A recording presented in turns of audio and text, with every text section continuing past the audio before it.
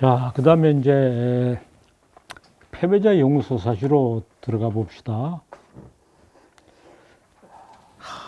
패배가 닥쳤을 때 그 괴로움을 계속 영웅서사시를 노래했어요.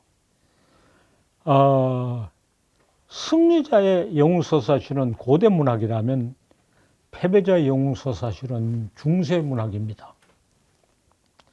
고대는 잘났다고 하는 집단이 일방적으로 위세를 떨치다가 중세는 교류와 함께 충돌이 범위를 승패가 복잡하게 엮였어요. 승리자가 서사시를 정복을 확대하는 과정에서 스스로 자기의 구비 서사시를 파괴하고 패배자는 패배를 수긍하지 않고 자기의 주체성과 민족의 각성을 유지하기 위해서 서사시를 힘써 구전하고 재창조하고 돌봤습니다. 그래서 중세로 넘어가면 패배자의 영웅서사시가 그 시대를 정신을 잘 나타내는 문학이다, 이렇게 말할 수 있습니다. 우리 제주도의 경우에는 탐나고 건국서사시의 흔적이라고 할 수 있는 것이 있다고 했는데, 그와는 달리 양의목사본이라는 처절한 이야기가 있어요. 제주도를 당해는 양의목사라는 이름을 봐요. 양은 고량부 삼성의 양입니다. 제주도의 탐나고의 왕조를 의미하죠. 제주도의 제일 높은 관직이 목사입니다. 제주 목사입니다. 목사는 중앙정부에서 파괴하는데, 여기 양의 목사는 제주도를 다스리는 사람이면서도 탐나국의 왕족의 신분을 이어서 탐나국을 대표하면서 중앙정부의 관직을 하는 이중의 성격을 가지고 있습니다. 중앙정부의 복소가에 제주도민이 가지는 의식을 잘 보여줍니다. 나라의 명령을 거역하지 못해 백마 배피를 진상하러 서울에 갔다가 분노를 참지 못하고 진상몰팔하고 제주도민에게 필요한 물품을 사가지고 돌아왔습니다. 나라의 최고 권력자가 금부도서를 보고 양의 목사를 목을 치니 몸뚱이는 청룡, 황룡, 백룡으로 변해서 용왕으로 들어갔습니다. 예, 제주도민의 그 시련과 한거를 가장 집약적으로 나타냈습니다. 금부도서가 양의 목사의 목을 싣고 가는 배에 곧시 뱃사공에 몸뚱이가 나타나 양의왕, 고의왕, 부의왕의 나라 탐나고의 영광을 이어간다고 했습니다. 고의왕, 양의왕, 부의왕은 탐나국의 새 왕족이죠. 탐나국의 망하고 본토의 수달에 시달린 제주민의 원통한 처지, 위대한 영웅의 한가가 화절된 내력을 이렇게 노래했습니다. 패배자의 영웅서사시를 가장 밀도 있게, 가장 처참하게 보여주는 사례입니다. 중국 운남 지방의 이족은 동고왕이라 하는 민족 사실을 전승합니다. 동고는 구리로 만든 북입니다. 구리라는 북을 치면서 구슬하는 그런 의례가 동남아시아에 쭉 분포되어 있어요. 지금 오늘 월남의 남부가 원래는 크메르 땅이었는데 그쪽에 그런 동고 문화가 발달되어 있고, 그런 구리북이 우리 박물관에도 전시되어 있어요.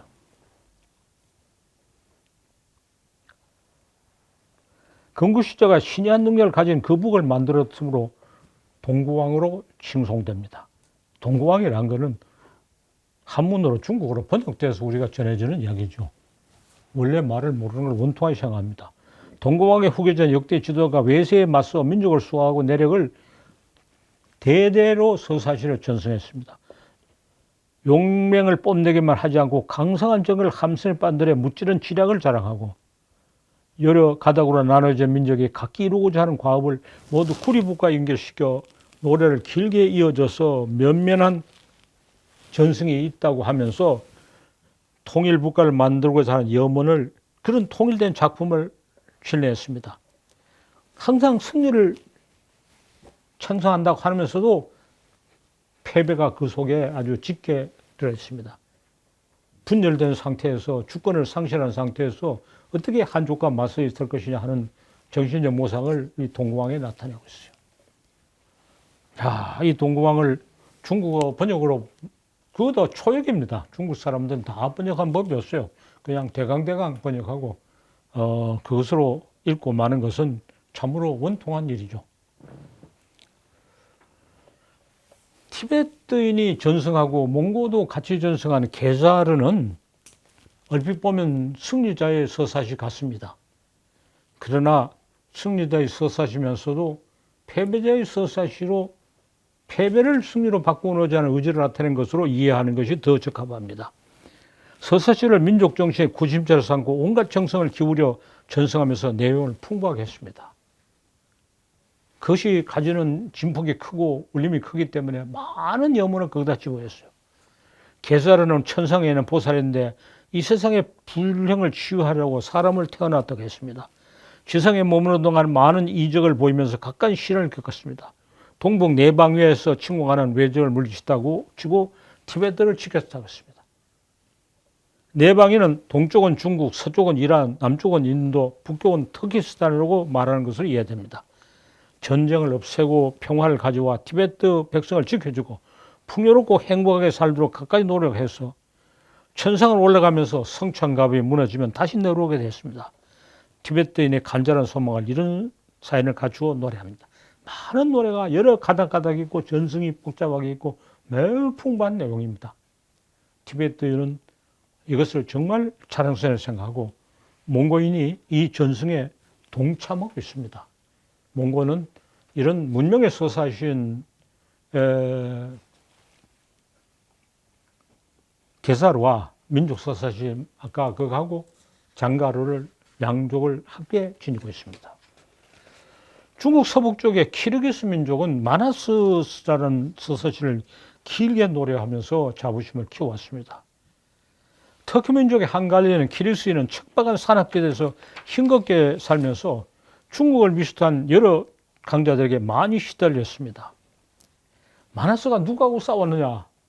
예, 키르기스 사람들이나 모든 사람은 중국이랑 싸웠다 하는데 중국은 키르기스가 자기네 소수민족의 하나이기도 한다는 것을 의식하고 키르기스인이 중국하고 싸운 건 아니다. 이 나라가 저쪽으로 가는 서유하고 싸웠다고 해서 사실을 다르게 이야기합니다. 중국인의 역사 왜곡, 주변 민족과의 역사 분쟁의 한 양상입니다. 마나스라는 위대한 영웅이 국가를 창건하고 왜곡을 일으키는 과정을 엄청난 규모를 노래했습니다. 그 과업을 당대 끝내주고 마나스 유적이 8대에 이르기까지 전승된다고 했습니다. 엄청난 분량의 장편을 이루고 있습니다. 키르기스에는 그 마나스 동상 크게 세워놓고 마나스를 민족의 표상으로 삼습니다. 마나스 치라는 전승자가 치라는 의미가 재미있습니다. 우리는 장사치 뭘 하는 사람을 치라고 합니다. 같은 말입니다. 마나스 치라는 전승자가 지금도 생생하게 노래에서 추상의 위협을 잊자고 합니다. 여기서는 현장에서 그것이 어떻게 노래되고 전승되고 있냐에 대해서 우리는 평범한 이해가 필요하고 키르기스 민족 전체가 마나스를 자기의 민족으로 표상을 하고 있는 그것이 더 많은 관심을 가지고 연구할 거입니다. 터키의 다른 민족에는 그렇게까지 전체로 아우르는 영서서는 없습니다. 유라시아 대륙 중심부를 석권하는 위세를 떨쳤으므로 패배를 설욕하는 구국의 영웅을 치료할 필요는 없었습니다. 터키 민족은 계속 승리자로서 나갔습니다. 키르기스가 아닌 다른 민족들은 그렇게 함으로써 저 오스만 터키가 가서 발칸반도를 석권할 때까지 계속 승승장구하는 위세를 자랑했어요. 서사지를 전승하는 공동체가 남아있는 곳에서는 다스탄이라고 하는 것이 있는데 영서사시면서 또한 범인서사시입니다. 점점 더 범인서사시 성격을 많이 가지게 됩니다. 이 다스탄과 관련을 가지고 야사르 케말이 메메드라는 작품을 지었다고 아까 말했습니다. 다스탄이 지주의 시련을 견디지 못하고 뛰쳐나가지고 도적이 된 영웅을 그리면서 자기 시대의 소작이 또한 그와 같은 도적 영웅으로 숭앙되는 이야기를 했습니다. 그런가 하면 또 군주에게 가진 베푸는 이슬람 성자가 다스탄의 중요한 주인공으로 등장하게 됩니다. 터키 민족은 전체를 표상하는 영웅서사시는 필요하지 않고 범인서사시, 일상적인 관심사를 나타내는 작품을 풍부하게 창작해서 영웅서사시가 범인서사시로 변이하는 우리 쪽과 비교할 수 있는데 그 변이의 진폭이 터키 민족국이 훨씬 더 폭이 넓은 것 같아요.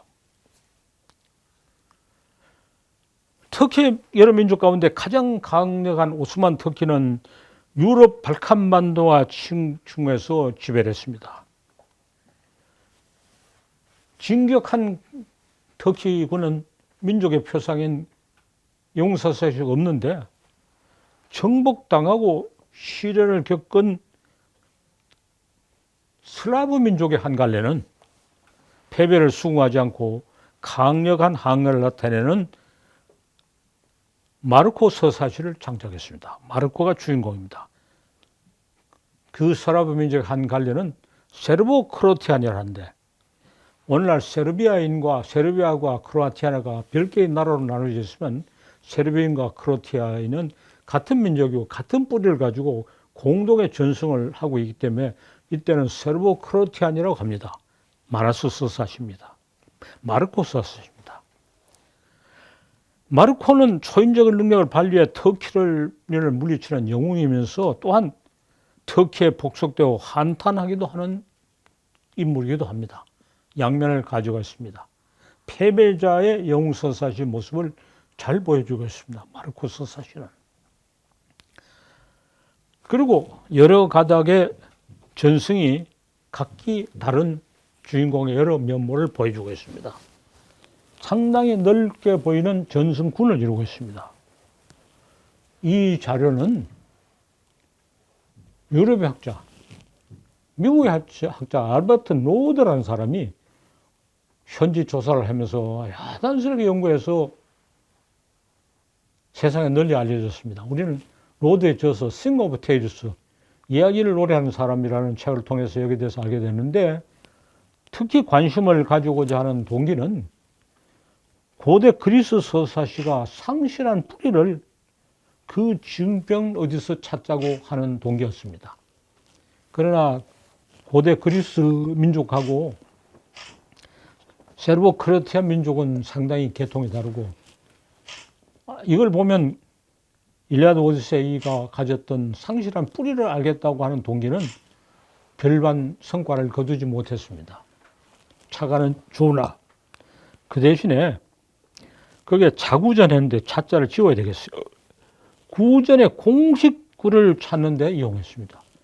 알버트 로드라는 사람의 Sing of Tales는 이 서사시에는 구전의 공식자, 포뮬라라고 하는 구전의 어떤 공식이 있어서 그 공식을 통해서 기억을 하고 구전을 하는 것을 분석했습니다. 너무나도 당연한 일이죠. 그런 모든 구비서사시에 다 있는 것을 이걸 가지고 분석했어요. 앞에서 말했어요. 미국은 구비서사시도 기록서사시도 아무것도 없는 데인데 그에 대한 연구는 전락에 하면서 기껏 공식구나 찾아냈어요. 그러면서 로드의 Sing of Tales를 보면 어디에도 이것이 오스만 터키에 맞서 싸우다가 패배한 세르비아 민족의 칼레의 그 비통한 역사가 이 노래에 실려 있다는 이야기는 전혀 하지 않아요. 그 책만 보고 나면 깜빡 속아요. 이게 도대체 뭔지. 그것이 유럽 학계, 특히 미국 학계가 보이는 형식주의적 연구의 특징을 너무 잘 보이고 역사인식이나 세계문학사에 대한 어떤 궁금증 이런 게 전혀 없는 것 같습니다. 마르코 서사시가 패배의 영웅 서사시라는 것을 나는 다른 데서 알아냈고 그런 관점에서 이걸 이야기합니다. 로드라는 사람의 이 책이 굉장히 유행해서 우리나라 학자들도 그걸 읽어야 되는 거 아는데 그거 읽으면 그저 깜빡 속아요. 이게 뭔지 모르겠대요. 패배제 영웅 서사시도 200개 여러 가지 많이 이야기할 수 있는데 여기서는 몇 개의 본보기를 들어서 그 특징을 이야기합니다. 전에 오양우 선생님이 물었어요. 대표작을 이야기해야 될 거 아니냐? 예, 대표작을 이야기할 만한 전수조사를 한 적이 없습니다. 대표작 하나 뽑아내려고 전수조사를 하려면 한 줄 쓰는데 몇 년씩 걸릴 겁니다. 우선 눈에 띄는 거, 대표작이 아니라 두드러진 예정, 특징을 잘 보여주는 두드러진 예정을 들어서 우선 전체를 대강 읽어보는 것이 지금 하는 일입니다. 문학사 탐색의 시발점이고 시작이죠. 이제 시작하기도 힘겨운 사람 보고 다 있는 결과를 보여달라. 그러면 내가 이 생에는 보일 수고 다음 생에 몇 번 더 태어나야 되는데 늘 말해줘. 다시 태어나면 앞에 공부가 이월되지 않으니 허사입니다. 일생에 할 수 있는 범위 내에서 이야기할 수밖에 없고 혼자 다 하자는 게 아니라 대강 엉터리를 이야기하면은 후에 사람에게 두 가지 혜택을 베풀려. 대강 이야기한 걸로 관심을 넓힐 수요. 엉터리로 이야기한 걸로 물고 뜯고 비판할 먹거리를 주는 거예요. 대강 이야기한 것도 도움이 되고 엉터리를 이야기한 것도 더 도움이 돼요. 그래서 제발 이 엉터리다 하고 들고 나오는 사람이 많기를 바랍니다. 내가 짐짓 파탄을 보이는 게 아니라 나는 최선을 다해도 여기까지 못했어요. 자, 이제 토론을 합시다. 그 다스탄하고 메메드라는 그 쿠르드족 작가의 소설이 관련 있다고 말씀하셨는데요. 이 뒷부분 마지막에 그 마르코 서사시 말씀하셨잖아요. 근데 제가 그 읽어본 지금 줄거리 다 요약 못 하겠는데 이보 안드리치의 드리나강에 대한 강 있잖아요. 그거하고 마르코하고 내용이 거의 비슷해요. 그럴 거예요, 아마. 이보 안드리치가 세르보 크로아티아 쪽 작가거든요. 그 드리나강 당이가 다리 하나를 통해서 민족 서술했는데 아마 마르코하고 상당히 관련될 거예요. 그래서 현대 그 뛰어난 작품을 쓰는 사람들은 이런 구비전승을 저변에 깔고 그걸 우려먹으면서 좋은 작품을 써요. 우리 작가들은 우리가 가지고 있는 그런 좋은 비천을 다 잊어버리니까 어디 기댈 데가 없고 우려먹을 데가 없으니까 영양 실조에 걸릴 수밖에 없어요. 최만식만이 판소리를 잘 우려먹어요.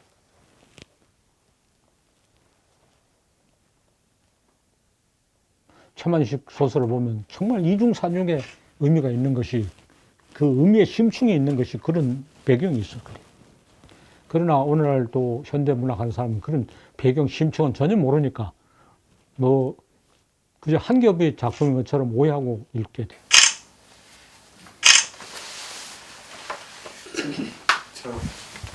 양희 목사본 아마 이제 그런 사례로서 연구돼서 연구사에서 본격적으로 언급하시면 선생님께서 처음 시작을 하셨습니다. 그런데 원칙적으로 다 동의하고 지금 말씀하신 패배한 영웅의 이야기인 것은 사실입니다. 그런데 그 하나의 본풀이가 굉장히 층위가 다양하다는 거죠. 그러니까 항상 거기서 입버릇처럼 말하는 게 이제 고이왕, 양이왕 이렇게 말하는 그 대목. 그거는 이제 탐라국 서사시를 다시 이제 가지고 있는 원형적인 층인 것 같고, 그다음에 이제 중앙정부와 이렇게 서로 대결하면서 패배하는 것은 지금 말씀하신 중세적인 층이고, 또 이게 고려 층위가 있어요, 선생님. 그래서 그게 뭐냐면 그 나는 12석시, 6석시, 3석시를 군웅을 만판을 돌겠다는 거는 바로 이제 군웅 본풀이라고 하는 고려 층위가 들어가 있습니다. 그러니까 선생님께서 말씀들서 하시지만 탐라총관부에 들어가서 수석되면서 들어간 층위가 있다는 거죠. 그래서 제가 보기에는 그런 어떤 다층위적인 성격을 다시 한번 좀 그 말을 듣고 다시 한번 정리합니다. 승리자의 영웅서 사실은 말끔하게 정리되어 있어요. 저초지동이 패배자의 영웅서 사실은 다면적이요.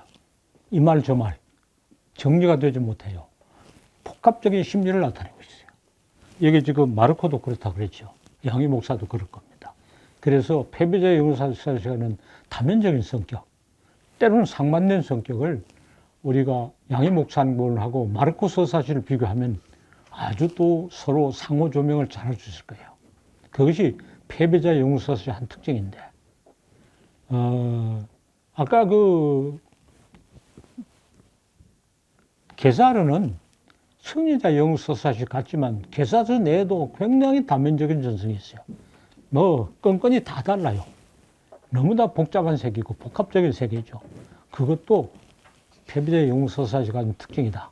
그래서 승리자 영웅서사시가 가지고 있는 유기적인 구성과 패배적인 자 영웅서사시가 가지고 있는 그런 다면적인 사파적 구성, 그것도 상당히 이야기거리가 될 거예요. 그래서 양희 목사본의 다양한 전성과 다면성을 사실의 차원에서 말하지 말고 사실 판단에서 인과 판단으로, 왜 그렇게 되느냐? 가치 판단으로. 우리는 잘 정리되고 유기적인 구성을 가진 승리자의 영웅서사시는 차등론을 다시 일으키는데 활용될 가능성이 있어요. 패배자 영웅서사시는 다면적이고 상반되고 탕적된 구성은 차등론을 파괴하고 대등론을 불러오는데 기여할 수 있다. 이렇게까지 논의를 전개하면 좋을 것이고, 미처 생각하지 못하고 있다가 이야기를 합니다. 이런 착상은 내가 저작권이나 소유권을 전혀 주장하지 않습니다. 누구든지 자기 것으로, 누구든지 자기 것, 조화무게 들었다는 말 것도 없이 자기 것으로 삼으면 돼요. 모든 가능성은 열려 있고, 나는 몇 평생을 살지 못하기 때문에 그 일부도 수습하지 못해요.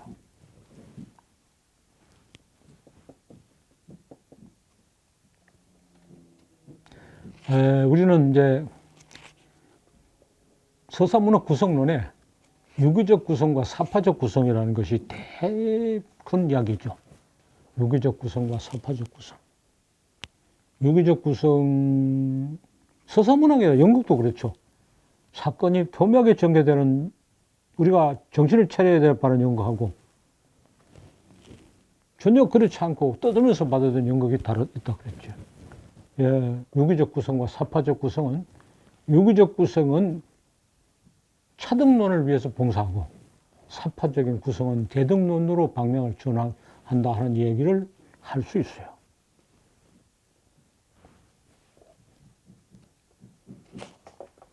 결말하고 과정의 관계. 과정의 관계.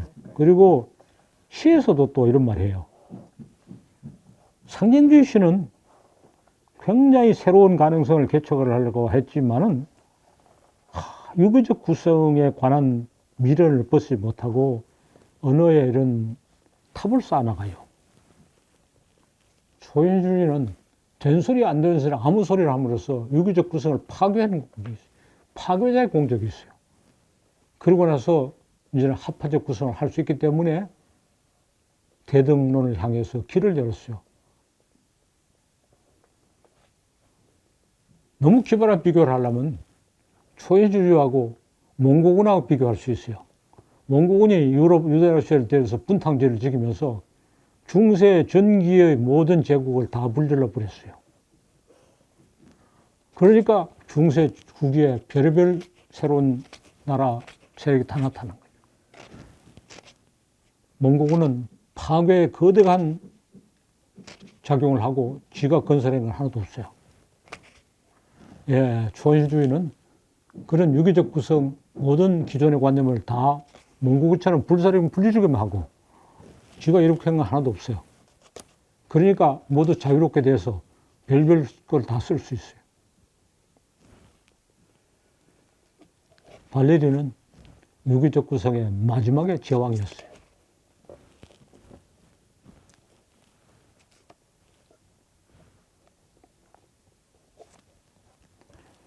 갑자기 몽고군까지 비약을 했으니 발상의 어떤 전환치고 너무 심합니다.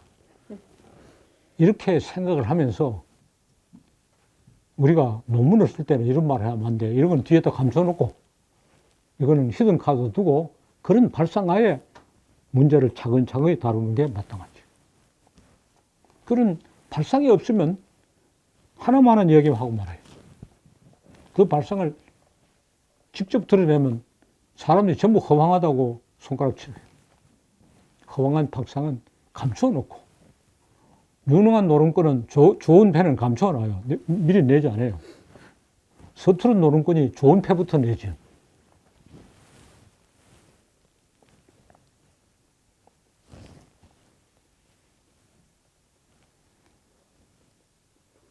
유기적 구성, 사파적 구성, 몽고군 초인술이 전혀 엉뚱한 생각이잖아요. 세계사에 있어서 몽고군은 중세 전기를 불살았어요. 그래서 중세 후기 시작이 거의 시기적으로 같아지도록 만들었어요. 몽고군이 세계사를 위해 기여한 건 그거예요. 다 중세 전기가 무너지고 중세 후기로 가게 되어 있는데 몽고군이 일시불질러 가지고 그 시기를 맞추었어요.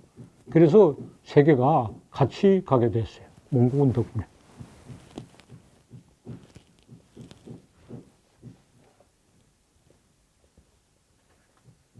중국에서 송나라를 무너뜨린 거 하고 저 이슬람 제국을 무너뜨린 거 하고 저 중앙아시아 호라산 제국을 무너뜨린 것이 다 그렇게 이어져요.